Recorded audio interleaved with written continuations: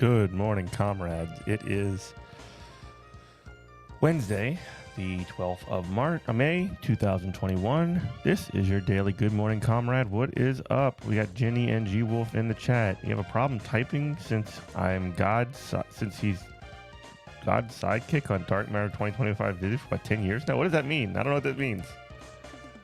What's going on here? I'm God's side. Who's God's sidekick? I don't get it. Anyway, what's going on? We got, good morning, comrade. We got some I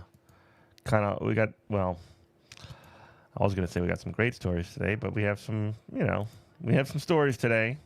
I did want to talk about a couple of things, including the Amazon Union.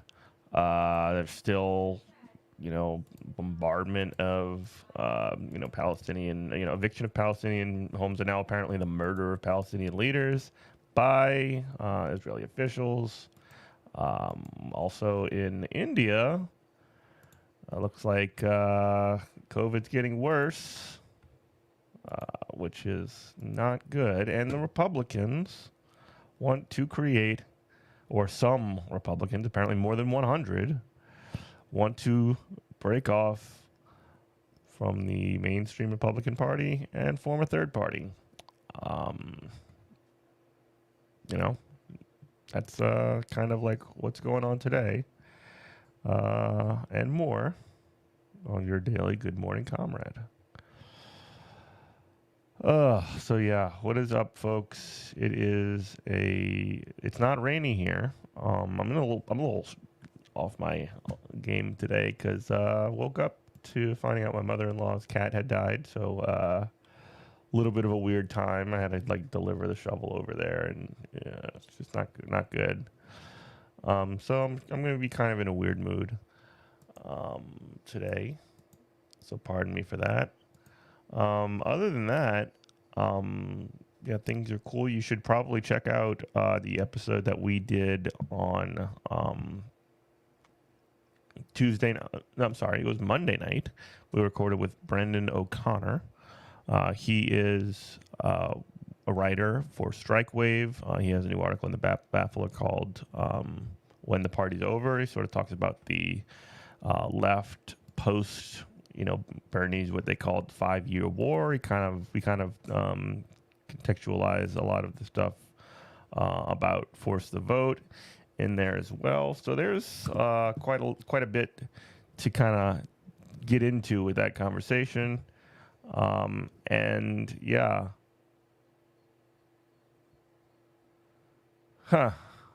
Interesting. Basically, God's conscience to keep him from doing as many terrible bad things. Nothing could stop God from doing that. God is unstoppable when it comes to doing horrible, terrible, bad things.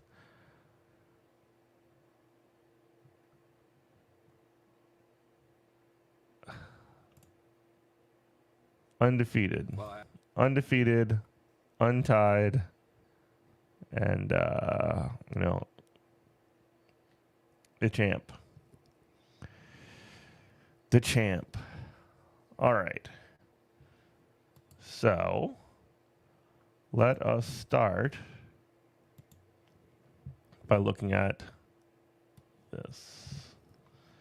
Johnson & Johnson vaccine deliveries delayed. Black fungus appearing more frequently in India. And more COVID-19 updates. So this is going to kind of be a COVID-19 roundup. There's going to be some kind of like jumping from issue to issue, and I wanted to kind of take it through here with this little USA Today piece. So buckle up, folks. We're going for a wild ride. He always fails. Yeah, that sounds about right. Sounds about right.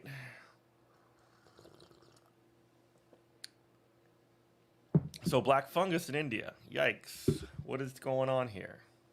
Let's get into all of this stuff. Federal Advisory Committee meets Wednesday to sign off on allowing one vaccine to go into adolescent arms, which is a change framing. By that it means 12 to 15-year-olds. The White House reportedly said that's just being too cute and too alliterative, or not alliterative, but literary in your writing, I think.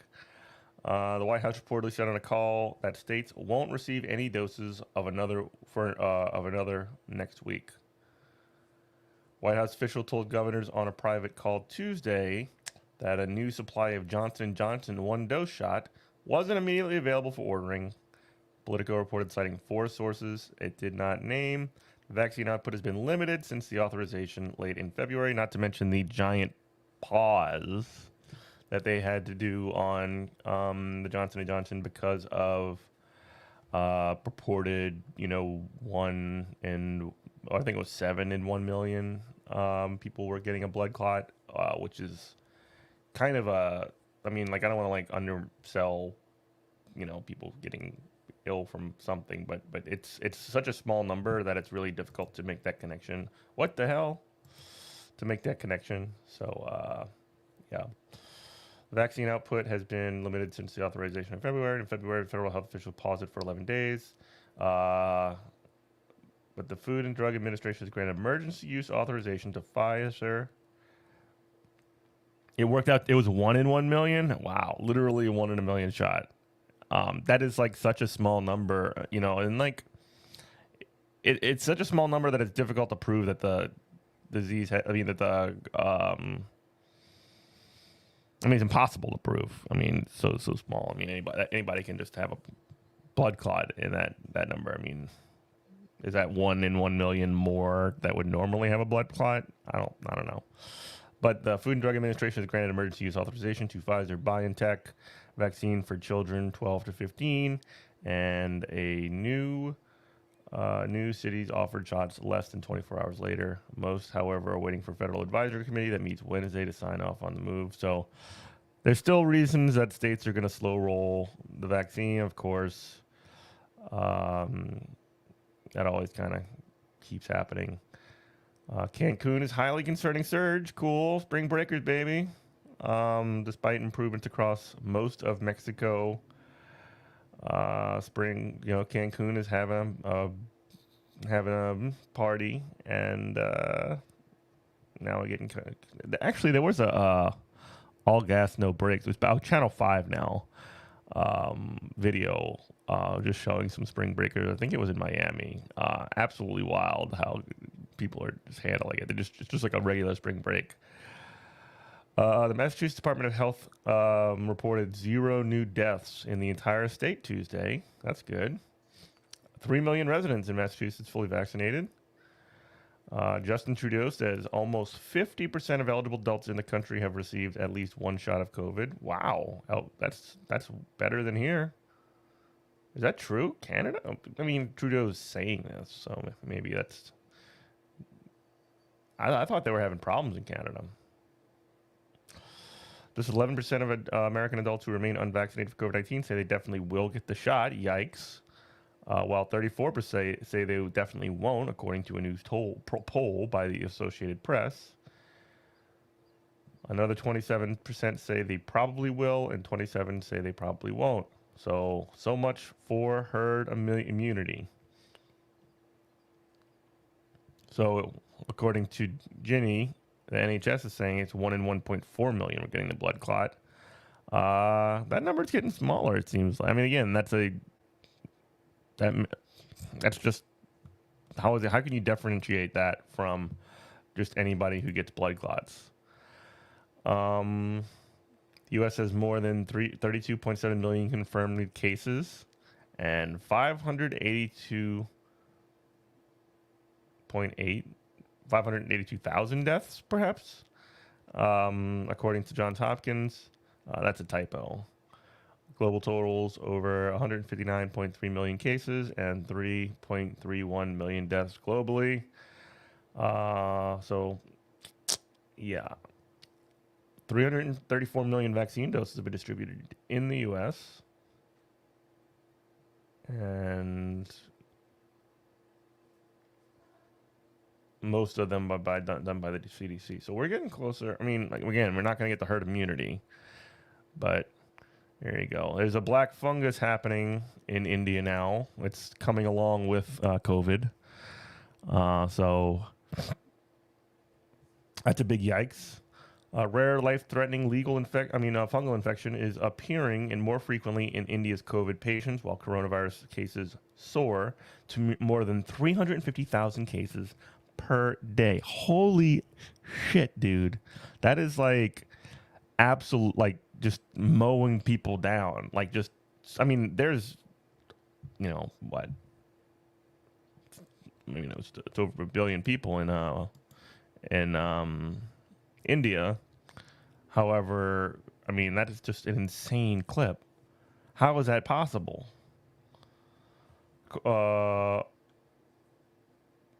Um, mucormycosis, also known as black fungus, is caused by a group of mucomycetes. Yeah, that's how you say that word. Which tend to live in the soil and decaying organic matter, according to the Centers for Disease Control and Prevention. In the past decade, doctors have seen only a handful of cases in India, but in the past month, they're reporting tens of thousands of cases. So, just adding it in, yeah, numbers are down in the U.S. There's fewer deaths, which is good. Variant of concern from India. Good, great, wonderful. More variants, this time with mold or fungus. Cool. Modi really fucked up there. The sort of nationalist, some would say fascist leader of India really did bungle that, like, horribly. Yeah, the blood clot's nothing. I mean, it was a total nothing.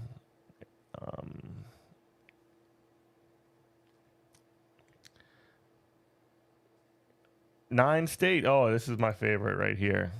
So yesterday we talked about how Joe Biden sort of paid lip service, I guess you could say, to the Republican and the small business more specifically, not necessarily Republican, but obviously there's a lot of alignment there.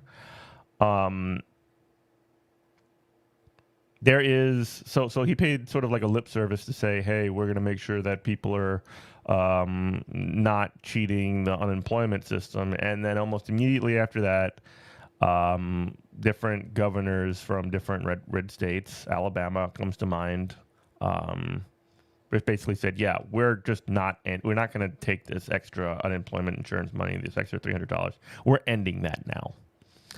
And it turns out 9 states have done this. So let's take a look. And this is all directly a result, by the way, before we get into it. This is all directly a result of the whining and complaining and crying by bosses and small businesses and big businesses that nobody wants to work anymore. Despite the fact that we were in a pandemic, we're still not reached herd immunity. We're probably not going to reach herd immunity. Like, it was so unacceptable to these people that people who were out of work through no fault of their own were receiving, the meager and insufficient unemployment benefits plus a little extra on top, a little extra $300 a week. And that just had to be stopped because, nobody wants to work anymore, which is the whine. Here is from USA Today. At least 9 states have announced that they will be ending participation in unemployment insurance programs directed at alleviating problems produced by the coronavirus pandemic. So, I mean, yeah, the pandemic's over, right? So we might as well just stop giving people money, make sure that they get their asses back to work, because if you're not working, you die, essentially. That's what you have to starve. Among them, $300 unemployment checks, which for any state that doesn't opt out will be extended through September 6th. Tennessee is one of the latest states to opt out of the program, as many state Republicans argue that the additional funds will allow low-wage workers to make more money while staying at home. That sounds like a problem of wages not being high enough. If this program allows people to make money, more money, while they're looking for a job, than they would make otherwise, then that tells me that the jobs that are being offered are not paying enough. They don't provide good enough benefits. Tennessee Governor Bill Lee informed the United States Department of Labor Tuesday, joining Alabama, Arkansas, Iowa, Mississippi, Missouri, Montana, North Dakota, and South Carolina in ending state participation in federal unemployment programs. So this is, again, just like Medicaid from the Obamacare, which, again, Obamacare was not perfect, but one of the best parts of that was that it was getting federal money to give to the Medicaid program to expand that expand that program in those states. These states, which are largely red states, which are usually states that are that have the most poverty in them for the most part. These states are saying, "Nah, we don't want this money. We don't want this money to give to our citizens of our state because we're gonna, we're just owned by the capitalist class here." And they're gonna wrap it in some kind of moralism. Yeah, it's very on brand. Very on brand. Families, businesses, and other economies in our economy. This is Bill Lee, the ghoul who runs Tennessee. Families, businesses, and our economy thrive when we focus on meaningful employment and move on from short-term federal fixes, Lee said in a statement. The assistance program will end in June. So this motherfucker right here is basically saying that this is for the good of the economy, despite the fact that, again, economies are booming. And the thing that makes economies boom is money that people spend, and essentially businesses get that. But that's not good enough for people like Bill Lee, because that you can't at the same time, like workers or people who are out of work, people on unemployment, just have it too good for a little while. Iowa Governor Kim Reynolds said she will cut unemployment benefits because business leaders have complained that they can't find enough job applicants. Yes. When the business leaders complain, then the governor moves. When workers complain that we would like $15 an hour, please. We would like a higher state minimum wage. We would like health care. We would like you name it. Nothing doing. But when business leaders get in her ear, boom, she's moving.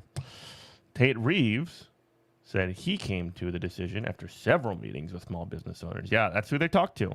That's all they give a shit about.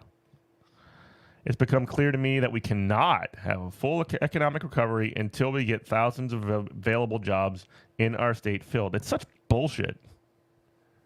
Like, just bullshit.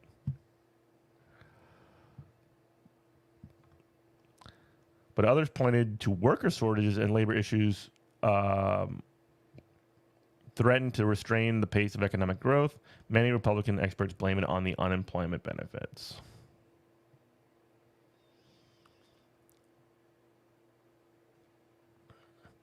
Missouri announced on Tuesday it would end all federal unemployment benefits.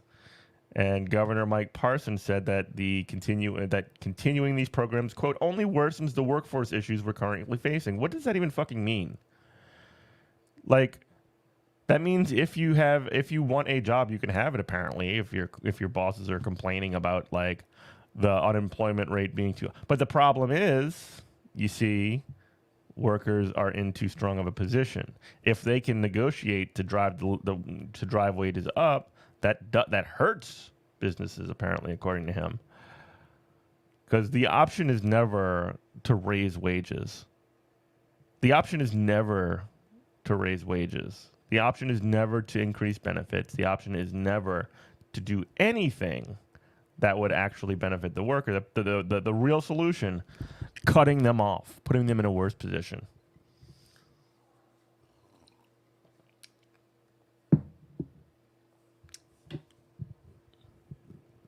Henry McMaster. Okay, this motherfucker. I have an article on him too. Where is it? He ended the mask mandate. He basically ended the pandemic in South Carolina. KIV, yeah. So that's the literal demons, the ghouls. Let's read this and then we'll get to the other story. Henry Master said that the additional unemployment benefits were meant to help people during the height of the pandemic, but has, quote, turned into a dangerous federal, using the entitlement language, there you go, resulting in his cuts of the program last week. In many instances, these payments are greater than the workers' previous paychecks. They keep saying that too, which is not true. It's fundamentally not true. Unemployment benefits are always less than you would make at work, like by a percentage. I don't know exactly the percentage. And there was just a little bit extra to give to people while they survived and like existed through this goddamn pandemic. Like this global pandemic that has killed almost 600,000 people just in America. These federal entitlements pose a clear and present danger to the health of our state's business and to our, yes, giving workers money is a clear, actually, you know what? He's right. It's a clear and present danger to the health of our state's businesses and to our economy. You know why? Because they want to keep workers under their thumb. They want to keep and make sure that they don't ever get shit and think that they don't deserve shit and think that they can never have shit. That's the reality. Since the Biden administration and Congress appear to have no comprehension of the damage being done and no appetite to terminate the federal payments, the state of South Carolina must take action. That's right. Oh, wow. You're so brave. Go ahead, dude. Powerful. Well, more on South Carolina in a minute. KIV in Alabama said that it's time for Alabamans to, quote, get back to work. In her statement announcing the end of the state's participation in the programs, quote, we have announced the end of our state of emergency. There is no industry shutdowns and daycares are opening with no restrictions. Vaccinations are available for all adults. Studies have suggested that increased unemployment benefits have not affected job searches. Nice for you to drop that in paragraph 37. USA Today. Why don't you just say that these governors are falsely making these claims? I wonder. USA Today. That seems like that would be responsible reporting, pointing out at the beginning that these claims are false. And labor experts say the shortage is not just about the $300. No, we're in the middle of a goddamn pandemic still. Some unemployed people have also been reluctant to look for work because they fear catching the coronavirus. Others have found new occupations rather than return to their old jobs. Many women, especially working mothers, have had to leave the workforce to care for their children. So, yeah. Yeesh. Like, this is a horrible excuse for like how to structure an article. Like you should just put at the beginning, Republicans falsely claim, these 9 states will end participation in unemployment assistance. Their reasons are bullshit. Their reasons are absolutely not backed up by any actual information or data or anything. They're just fucking doing it. They're just doing it because they want to do it. I don't like the coverage of this media mentioning people comments and debunk them in its effective way. Yeah, probably because none of them know what it feels like to be in that position. Or a USA Today editor doesn't know much or doesn't care much for like the actual things or people that this affects. They have this sort of like role that they sort of view themselves as playing in the society or in the in the discourse or whatever the fuck.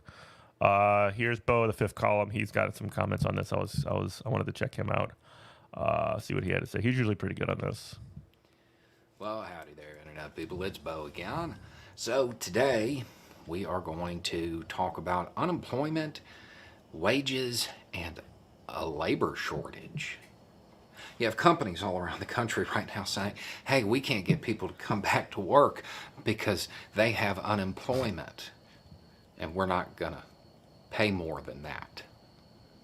Unemployment is not really a cash cow. That's pretty much the bare minimum you can survive on. Yeah, they really do. They really are like playing up the fact that like workers are getting like just this tiny little bit of money that that they can survive on for just a little tiny for a little while. It was gonna expire in September anyway. It's gonna expire in September anyway. It's already not permanent, but for these literal fucking demons, it's not good enough. We need them to starve now. If your wages are lower than that, perhaps you're the problem. If you can't attract workers back to work to earn more than they are making on unemployment, you have forgotten the number one rule of being an industrialist. There is one rule for the industrialist, and that is make the best quality of goods possible at the lowest cost possible, paying the highest wages possible. Seems like a lot of American companies. That's a little bit. I mean, like paying the highest wages possible, Bo, is like literally the opposite of what businesses are trying to do. But I see what you're trying to do here, buddy. I appreciate it and respect it. He's trying to like rhetorically sort of position businesses as part of like the social contract or whatever, and they don't view themselves as that. Forgotten that last line. That seems to be the one that's important. That's how you get that labor that you need to make the goods that create the capital that allows you to call yourself a capitalist. That labor is important. It normally comes up front. Instead of raising wages, these companies are putting pressure on governments to reduce unemployment so they can use the stick side of our society. You have the carrot and the stick. If you are in the working class, the carrot is if you work really, really hard, maybe one day you'll make it out of it. And look, this 1 in a million chance. Over here, they got some social mobility. And the stick is if you don't do it, you're going to end up homeless and in the street. It doesn't sound like these companies understand the basic laws of economics, supply and demand. When goods are short, they just tell us, well, they're going to cost more. There's a shortage of labor. It's going to cost more. You need to raise wages. It's really that simple. It is basic economics. He's right in that that the only way that anything is going to get like if the unemployment or the under the fact that businesses can't hire people crisis is going to end essentially, or I'm sorry, if they gave a shit about that, if they actually gave a shit about filling those jobs without disciplining workers, you would simply raise wages. Why won't they do that? I still think that he's being perhaps intentionally like a little bit naive on the framing here, but go off. Maybe it's just a budgeting issue. Y'all shouldn't go to Starbucks so much. Pull yourself up by your bootstraps. I hear that that's the standard advice given to people who can't make ends meet, typically by those who've never had to deal with it before. And since a lot of American companies constantly get bailed out by the government, they have never had to deal with it before. You have a shortage of something you need. It is in high demand and there is low supply. If you want it, you have to pay for it. It's really that simple. Anyway, it's just a thought. Y'all have a good day. Yeah, I mean, he's part right in some of that stuff, but yeah. So anyway, quick vibe check. Vibe check. How we doing? Oh, Sam's here. Look out! There he is. Y'all see him? The big boy. He's been doing this thing that he used to do when he was a kitten, which is he would follow the mouse cursor around and try and like whack it on my screen. So I'm gonna try not to move my mouse around too much right now. But hold on, let me make the big. You can see Sam in all of his glory. Wait, where are you going? No, Sam. He's on the keyboard. Come on, dude. There he is. The beautiful orange boy. He's a giant monster.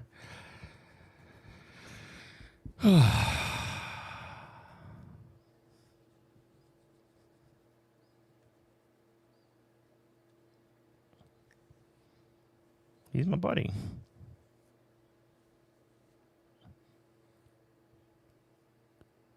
He's actually looking at. I have like a ongoing. Like I have a video of, the raw feed of what I'm doing here, and he's watching it. Yeah, I think they find it comfortable or something. I don't know what it is with cats and keyboards, but they just love them. It's kind of incredible. Now he's whacking me in the face with his goddamn tail. All right, well, we're gonna have to play through this this hazard here. I did want to talk about this absolute maniac South Carolina governor. They've rolled back their mask mandates too, so that makes probably Florida. I know Texas was rolling it back. There's got to be other states. But yeah, Governor Henry McMaster issued a coronavirus mandate Tuesday, preventing schools and governments from creating mask mandates. So essentially, if you cannot mandate masks in school now in South Carolina. This order also bans the use of so-called vaccine passports in the state. So what's a vaccine passport? A vaccine passport is the idea that, okay, so we want to stop the spread of this virus, right? We want to make sure that when, people go into public situations, like schools are a good example, right? For schools, you need, he's standing on the mixer, folks. He's standing on the mixer. Uh-oh. Watch that foot, dude. Can y'all still hear me? He likes walking on the mixer, too. Look at him. There he is.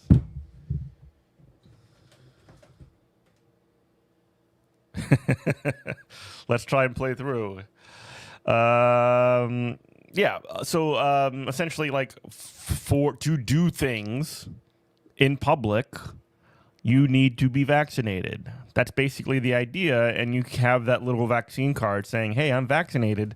I would like to go to, the basketball game, or I would like to go to this professional wrestling event, or I would like to go to the state fair, or, you name it. Keeping it so that you incentivize, you make sure that public events, large gatherings, are mostly attended by people who are vaccinated. That sounds good, because when you have large gatherings, you would not have spread of COVID. 2, it incentivizes people to get the vaccine, because once they've done so, they can participate in those kind of events, which tend to be quite popular. So when you outlaw those kinds of things, you don't even need to have a law to have a vaccine. Vaccine passport. You can have, essentially, he's staring. Look, you see a shadow now. You can basically informally do that. But I haven't read the executive order. Maybe we can go through it. But hey, stop staring at my chair.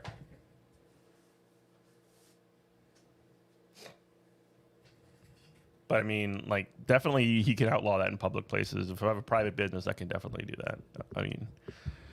Anyway, under the 15-page executive order, parents Not public school officials or school districts will decide whether their student wears a mask in class. We have known for months that this is a quote from him. We have known for months that our schools are some of the safest places when it comes to COVID-19, said McMaster in a statement. That's because they've been wearing masks, you dingus. With every adult in our state having the opportunity to receive a vaccine, it goes against all logic to continue to force our children, especially our youngest children, to wear masks against their parents' wishes. So he's framing it as, individuals against big government, right? Oh, now we have Flick. It's just all the cats are going to join us today. Yeah, somebody wants attention. Everybody wants attention. You're blocking me, dude. Here's Flick. Here he is. He is the most dude rocks of cats. He is an embodied air horn as who happens to take the form of a cat. That's Flick. Yeah. So as I was saying, this guy is basically saying that it goes against all common sense to continue to do precautions. What is the infection rate in South Carolina? And what is it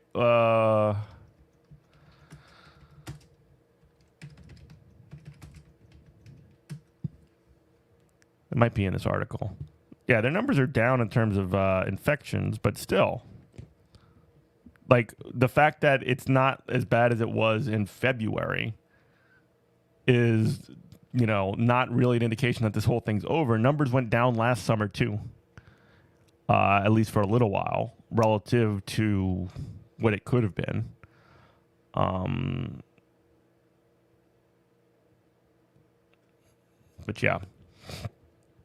McMaster ordered South Carolina Department of Health and Environmental Control, in consultation with the state's Department of Education, to develop and distribute a standardized form parents and legal guardians may sign to opt their children out of mask requirements.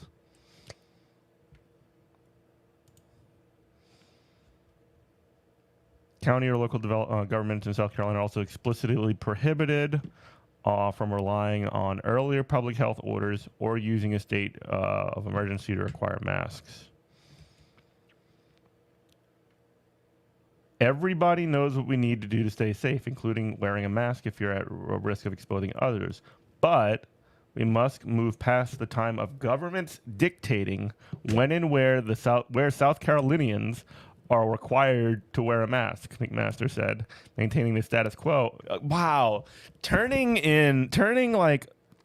emergency precautions for a pandemic and calling that the status quo is just actually insane.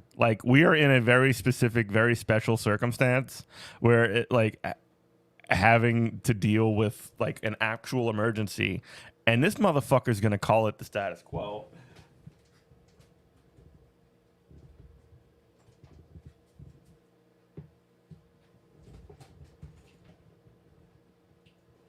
And now Flick has knocked out one of my monitors, which is always good.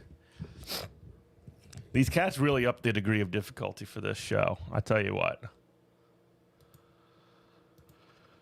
Now I got to find my article again. Oh, jeez. There we go. He messed up all my tabs. Everything's messed up now. All right. Here we go. I think we fixed it.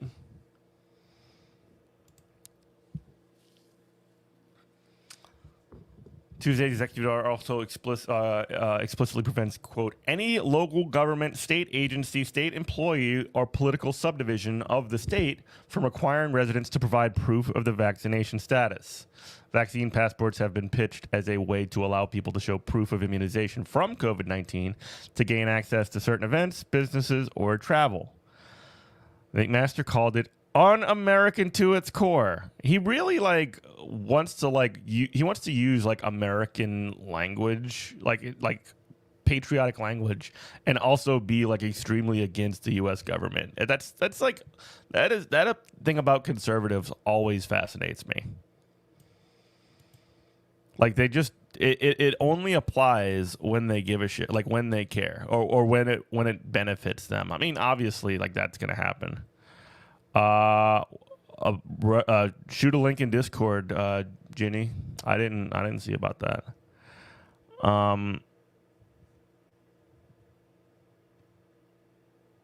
He wants attention more than Sam. Yeah, I mean they're like a roving gang of cats that just show up somewhere, they wreck up the place, and then they leave. Despite downward trending confirmed cases, public health officials have cautioned against reopening and ditching face coverings too soon. Yeah, nerds. What do those nerds know? They're just doctors. National trends show the patients being hospitalized with COVID are now overwhelmingly young and middle-aged adults. That's who hasn't been vaccinated yet. So that makes sense. By G Wolf. Masks have repeatedly been shown to prevent the spread of COVID-19, and the CDC still recommends people wear them even if they've been vaccinated. South Carolina joined Florida in loosening coronavirus restrictions last week. Ron DeSantis invalidated county and city rules requiring face masks for imposing social distancing guidelines. Great. New York, New Jersey, and Connecticut all announced in the coming weeks they too will end COVID-19 restrictions. God, they'll be back. I mean, if we're not going to get the herd immunity, which we won't, then we'll have to, probably have seasonal masking or some shit. Like, I don't even know.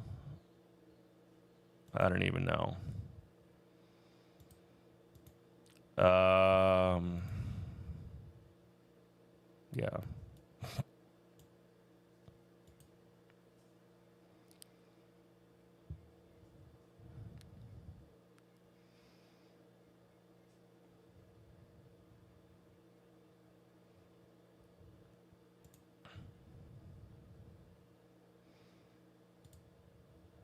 Let me see him.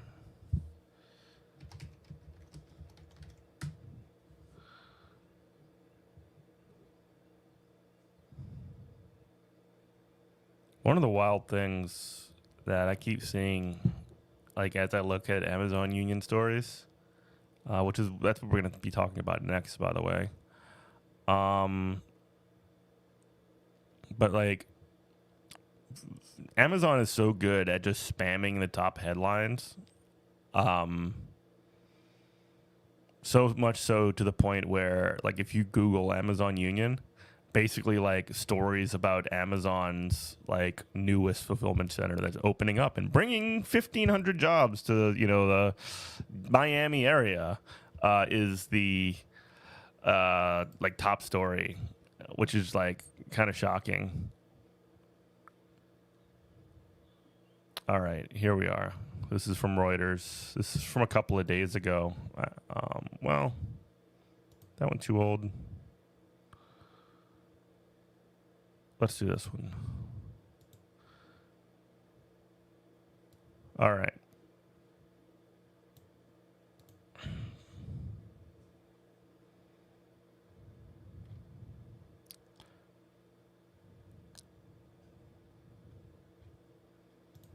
One second.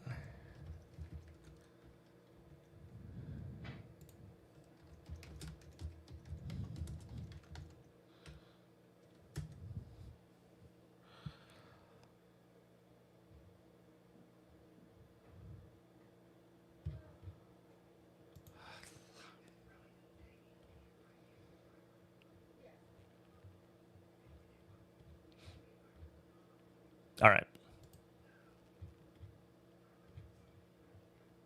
Sorry about that. Amazon Union vote.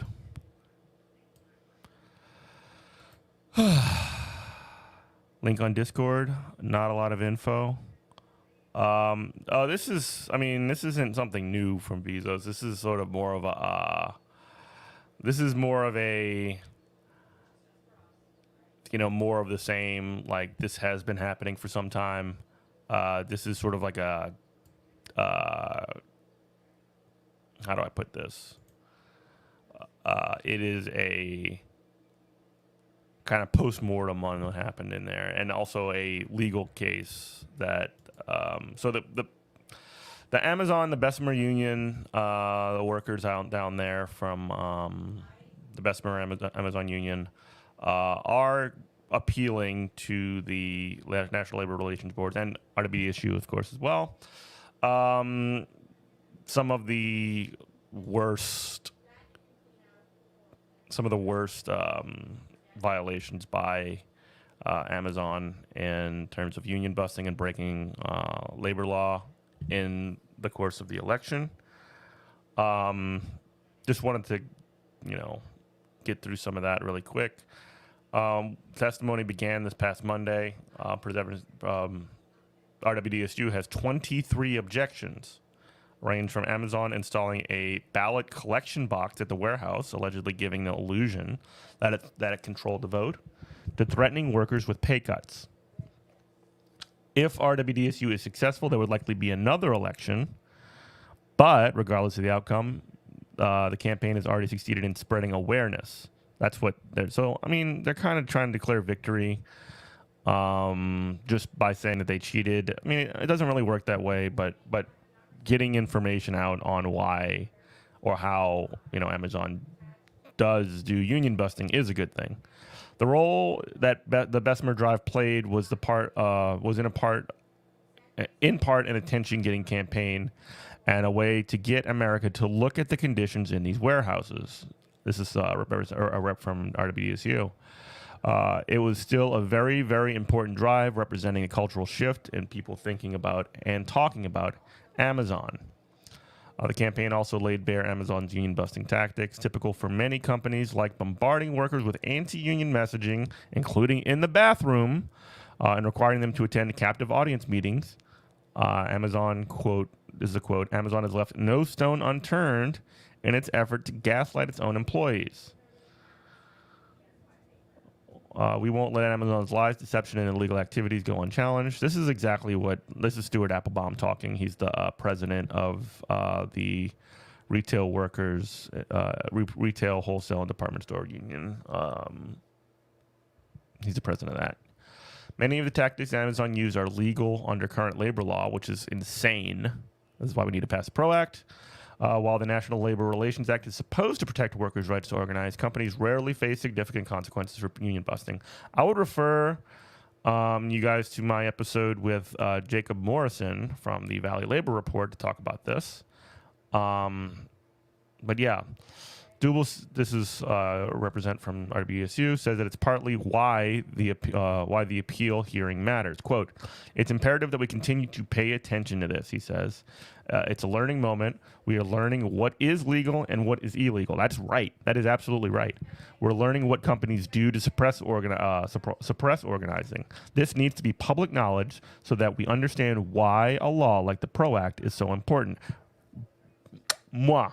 You kiss your fingers. I could not have said it better than myself. Me, a jerk off on the radio or on the YouTube, could not have said it better than this guy who does it for a living, who talks about this shit for a living. In a statement emailed to The Verge, Amazon spokesman Max Glaber rejected the idea that the company had done any wrongdoing. Quote, despite heavy campaigning from union officials, policymakers, and even some media outlets, our employees overwhelmingly rejected the union representation. Rather than accepting that choice, the union seems determined to continue misrepresenting the facts in order to drive its own agenda. Yeah, what the fuck ever. We look forward to presenting the facts of this case. They broke all kinds of laws is the reality. And unfortunately, the resolution to that problem is going to be that, it's better than not having a new election, but it's still all right, we got to do this shit again, All right, let's look at this here.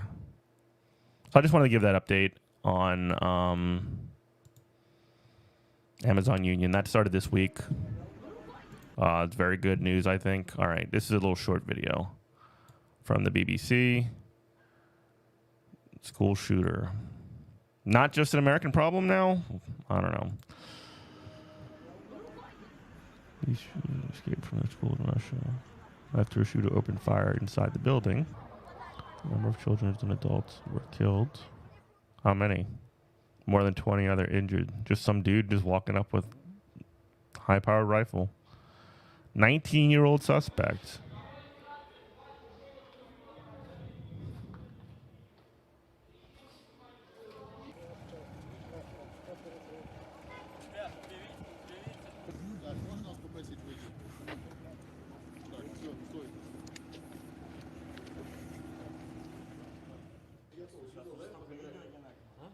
Yeah, compared to the U.S., school shootings are definitely rare. Damn, that's scary. That's the first I'd heard of that one. That dropped this morning. Yeah. Yeah. Yikes.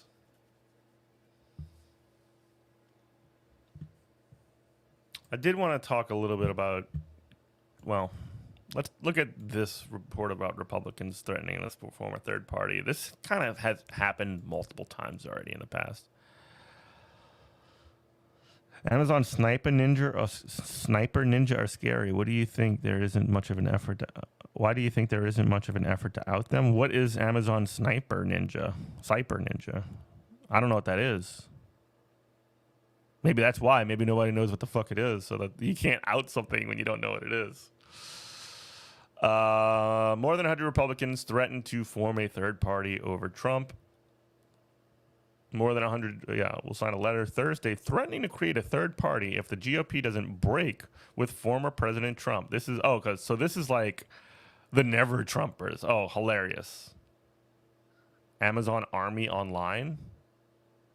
That sounds like a horrible video game, by the way.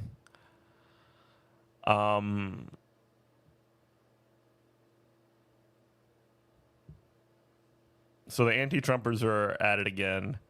They're probably going to get stuck in an elevator somewhere. But why it matters I hate the way Axios writes their articles. Per Axios' Mike Allen and Jim Van High, Trump's grip on the GOP has gotten stronger since the January 6th Capitol riot. The Republican Party's allegiance to Trump, as he continues to make false claims about his 2020 election loss, has dismayed the group, according to Reuters. Per the New York Times, the letter's preamble will state, "We in our democratic republic, forces of conspiracy, division, and despotism arise. It is the patriotic..." Oh my God, these guys are fucking losers. "It is the patriotic duty of citizens to act collectively in defense of liberty and justice." I mean, this is like the Republican caucus. The letter is due to be released one day after House Republicans are expected to vote on ousting. This is all fake. Like, yeah, they're going to dump Liz Cheney from leadership or whatever. Who gives a fuck? But, like, they're still going to vote unified on everything, and it's going to be the same. For the record, the letter signatories include former members of Congress. Former members of Congress? Former ambassadors, cabinet secretaries, state legislatures, and Republican Party chairmen. Okay. So people who are not in any position of power. What they're saying, this is saying that the situation has gotten so dire with the Republican Party that it is now time to seriously consider whether an alternative might be the only option. What a bunch of nerds. Like, could you imagine, like, a Lib Dem party in the United States? Like, just, like, this horrible, like, centrist party that always sides with capital anyway, but they just distinguish themselves by being, like, more respectable or whatever. Basically, they would be the Democrats. Like, why don't you just become, like, the Democrats? And, I mean, that would actually be very bad because it would be a consolidation of the center, but, like, that... they would be functionally the same fucking people, just divided by some bullshit made-up line. But none of this is going to happen anyway. So, I don't know. Arkansas GOP Governor Asa Hutchins says Trump is dividing our party. Hilarious. This is all fake, though.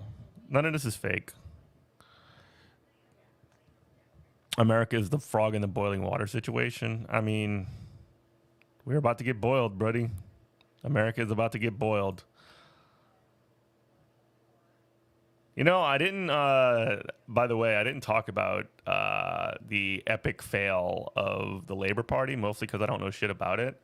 Like I know that Keir Starmer had some like elections in certain constituencies and got absolutely bodied by the Republicans, and I know some elections in Scotland are coming up.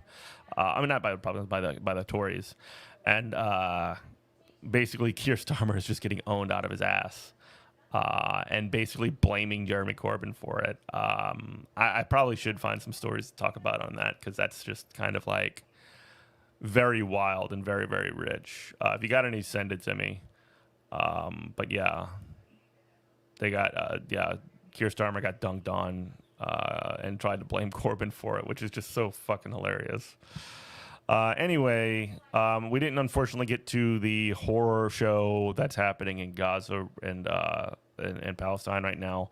But I will say that, solidarity with the Palestinian people, free Palestine.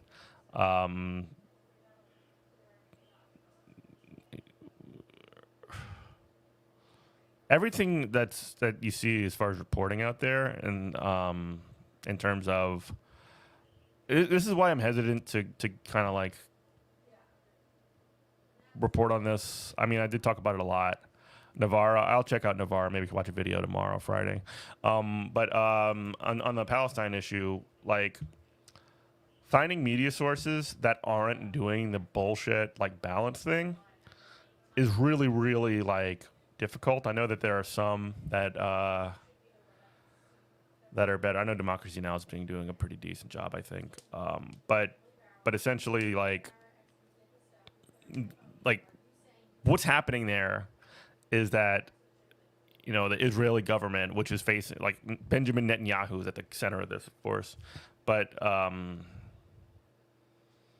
they can't make a coalition government. It's the middle of it's like actually today is Eid, I think, right? Like the end of Ramadan is rolling around, which also coincides with like some of the most patriotic like right wing holidays in Israel right now.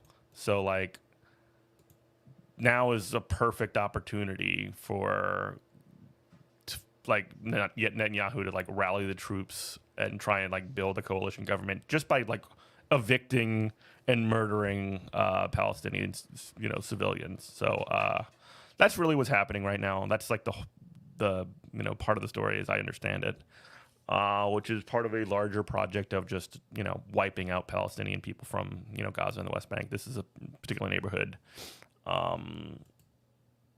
that